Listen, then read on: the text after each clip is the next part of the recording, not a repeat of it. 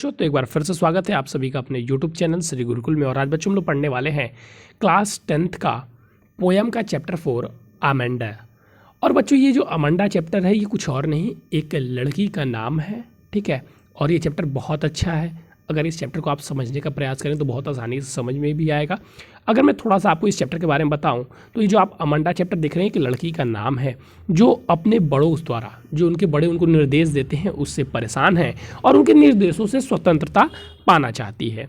तो हम आज इस चैप्टर जो आप अमेंडा देख रहे हैं इसका हम लोग हिंदी में ट्रांसलेशन देखने वाले हैं।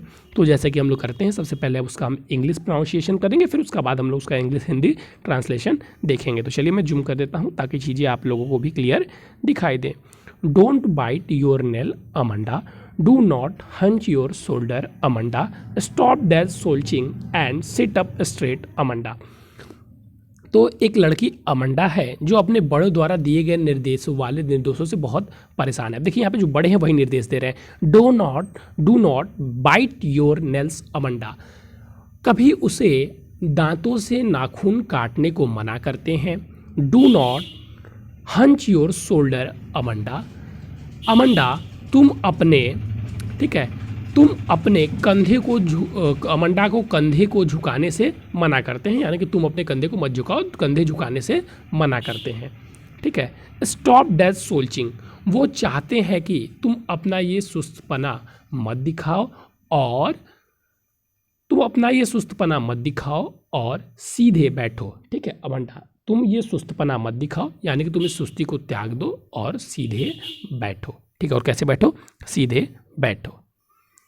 There is a long-eyed emerald sea where the sole inhabitant is me, a merry maid different this fully। अब देखिए यहाँ पे क्या कर रही हैं।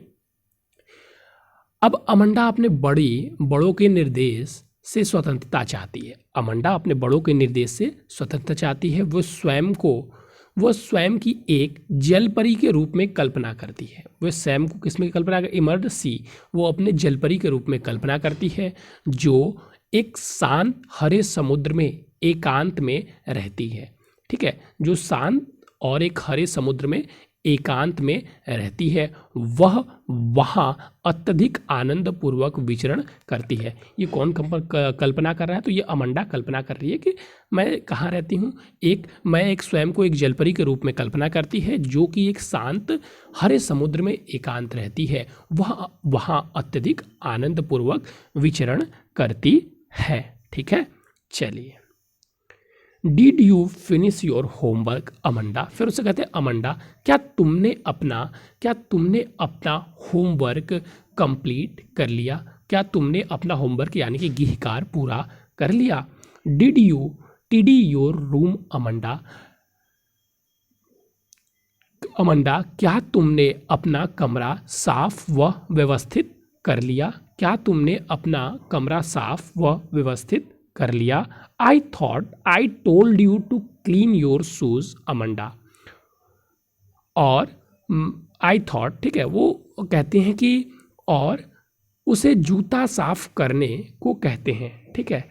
और उसे वो जूता साफ करने के लिए कहते हैं, कभी वो उसे जूता साफ करने के लिए कहते हैं, ठीक है। अब देखिए, एक बार जो बड़े कह रहे हैं वो बताया गया, फिर एक बार अमेंडा का विचार बताया गया कि वो क्या सोचती है। फिर देखिए यहाँ पे अमेंडा क्या सोच रही है, वो आई एम एन ऑर्फन। अब देखिए, माता पिता के नियंत्रण से परेशान होकर वो क्या कहती है, वह कल्पना करती है कि आई एम ऑर्फन, वह अनाथ होती, काश मैं अनाथ होती। रोमिंग द स्ट्रीट, और कल्पना करती है कि गलियों में भटकने वाली एक अनाथ लड़की है। I pattern soft dust with my hush head bare feet, वह अपने शांत नंगे पैरों से कोमल धूल पर आकृति बनाती। अगर वो अनाथ होती तो वो क्या करती? वो बता रही है कि अपने साफ व गंदे पैरों से क्या करती? कोमल धूलों पर आकृतियाँ बनाती। The silence is golden, the freedom is sweet, ठीक है। और कहती है कि वह शांत और स्वतंत्रता चाहती क्योंकि खामोशी मूल्यवान है और स्वतंत्रता बहुत सुखद है। खामोशी मूल्यवान है और स्वतंत्रता क्या है? बहुत सुखद है। फिर देखिए, पेरेंट्स बता रहे हैं, do not eat chocolate Amanda, तुम चॉकलेट मत खाओ। अमेंडा उसे चॉकलेट खाने से रोकते हैं, उसे चॉकलेट खाने को मना करते हैं, ठीक है। Remember you as an Amanda, क्योंकि उसे मुँह से निकले हुए हैं, क्योंकि उसे मुँह से निकले हुए हैं। Will you please look at me when I am speaking to Amanda, ठीक है। अब उसके माता पिता जबकि उससे बात की जा रही हो उस समय वह उनकी उपेक्षा न करे, ठीक है। जब भी उसके माता पिता से कोई उससे कहते हैं कि जब उससे बात की जा रही हो तो उस समय वह उनकी उपेक्षा न करे, ठीक है, उनकी उपेक्षा न करे। फिर देखिएगा, दिखाएगा कि अमंडा क्या सोचती है इस बारे में। देखिए, तो ये अमंडा जो सोचती है वो बताया गया है। I am Robins, I have not care. वो अब अमंडा सोच रही है अपने माता पिता के निर्देशों से जब वो परेशान हो जाती है तो अकेले में रहना चाहती है, तो क्या कहती है, वह चाहती है आई एम रपुंजल, ठीक है, आई हैव नॉट केयर। वह चाहती है कि काश वह रपुंजल होती और एक निश्चिंत जीवन व्यतीत करती। काश वह एक रपुंजल होती और वो निश्चित जीवन व्यतीत करती। Life in a tower is tranquil and rare. वह किसी ऊंचे मीनार में रहना चाहती जहां जीवन शांत व अत्यधिक अच्छा होता। I will certainly never let down my bright hair. वह सोचती है कि यदि वह रपुंजल होती तो वह कभी अपने चमकीले बालों को नीचे नहीं लटकाएगी और किसी को भी अपने मीनार में नहीं आने देगी। कौन सोचता है?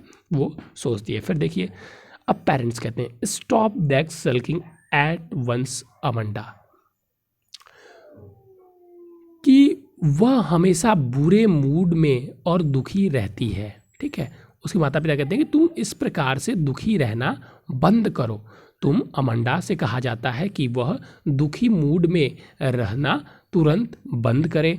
You are always mood Amanda. उसके माता पिता कहते हैं कि तुम हमेशा मूड में और दुखी रहती हो, बुरे मूड में और दुखी रहती हो। Anyone would think that I nag at you Amanda.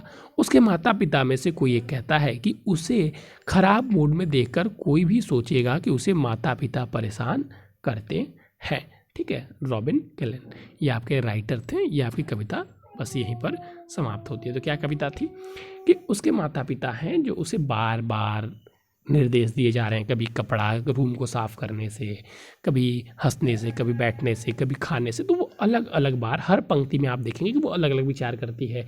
एक बार वो सोचती है काश में जल परी होती, जल में होती, घूमती फिरती। एक बार वो सोचती है काश इससे अच्छा मैं अनाथ ही होती। एक बार वो सोचती है मैं रपुंजल होती, एक बड़े टावर पर रहती। तो यहाँ पर अमंडा अपने विचारों को व्यतीत कर रही है, ठीक है। तो छोटी सी एक कविता थी, पोएम, जिसको हम लोगों ने पढ़ लिया। ये रॉबिन किलन द्वारा लिखी हुई थी। मुझे लगता है कि आप लोगों को समझ में आया होगी, बहुत आसान थी और बहुत अच्छा लगा होगा, ठीक है। तो चलिए बच्चों, आज के लिए बस इतना ही था। Thank you, have a nice day. फिर मिलेंगे नए और इम्पॉर्टेंट टॉपिक के साथ। लेकिन अगर आप नए बच्चे हैं जिन्होंने चैनल को सब्सक्राइब नहीं किया है तो प्लीज़ चैनल को सब्सक्राइब जरूर करिएगा और डिस्क्रिप्शन में दिए गए हमारे व्हाट्सअप नंबर से भी जरूर जुड़िएगा बच्चों, ताकि जो आपको इंपॉर्टेंट PDF नोट्स और ये सारी चीज़ें हैं वो मिल पाए। अब कुछ बच्चे व्हाट्सअप नंबर नहीं जानते हैं तो वो नोट कर लेंगे 9532060199 60199। थैंक यू बच्चों, हैव अ नाइस डे।